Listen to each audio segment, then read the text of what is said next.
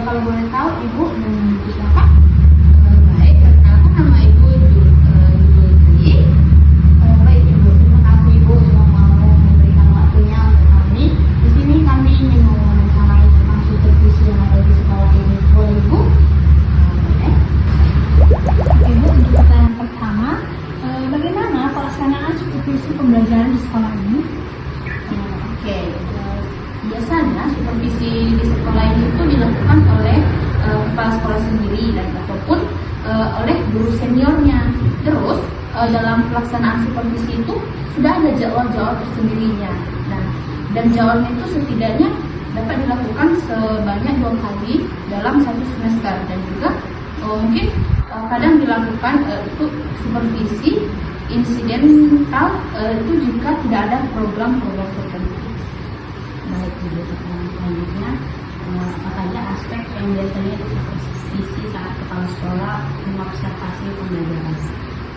Aspeknya, nah biasanya itu meliputi ada perencanaan pembelajaran seperti RPP ataupun modul ajar, dan itu pelaksanaan itu di kelas dan juga penggunaan media dan juga metodenya itu serta evaluasi pembelajaran, dan juga selain itu kita juga memperhatikan bagaimana cara mengelola kelas dan juga interaksi antara guru dan juga siswanya.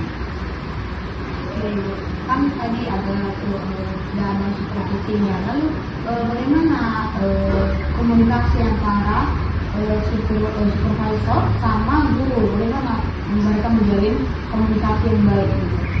Nah, komunikasi antara guru dan juga supervisor itu selama ini tuh komunikasinya itu cukup baik, dan sebelum supervisi itu biasanya kepala sekolah itu memberikan informasi terlebih dahulu.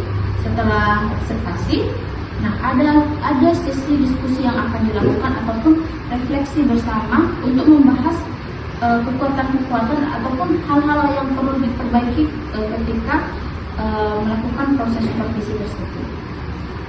Selanjutnya Bu, menurut Ibu, apakah supervisi ini dapat meningkatkan kualitas pembelajaran?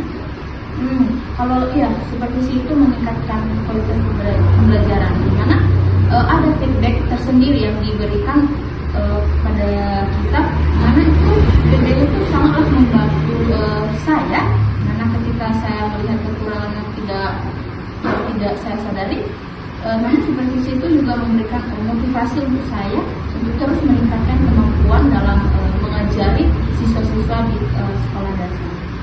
Apakah ada tantangan yang Ibu rasakan dalam pelaksanaan supervisi?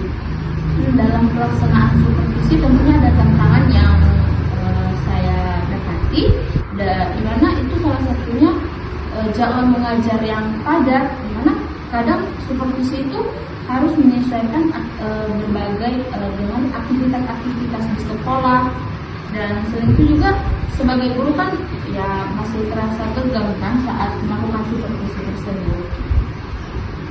Oke Ibu, tadi kan ada tuh tantangannya. Lalu menurut Ibu, apa yang perlu ditingkatkan dalam supervisi di sekolah ini? Menurut Ibu, yang perlu ditingkatkan itu mungkin seperti frekuensi pendampingan non formal itu bisa ditambah, seperti coaching ataupun business studi, dan juga jadi bukan cuma observasi formal saja yang dilakukan, tetapi juga bisa dilakukan pembinaan yang lebih fleksibel lagi gitu. Oke baik Ibu, ini adalah pertanyaan terakhir. Bagaimana harapan Ibu terhadap supervisi ke depannya?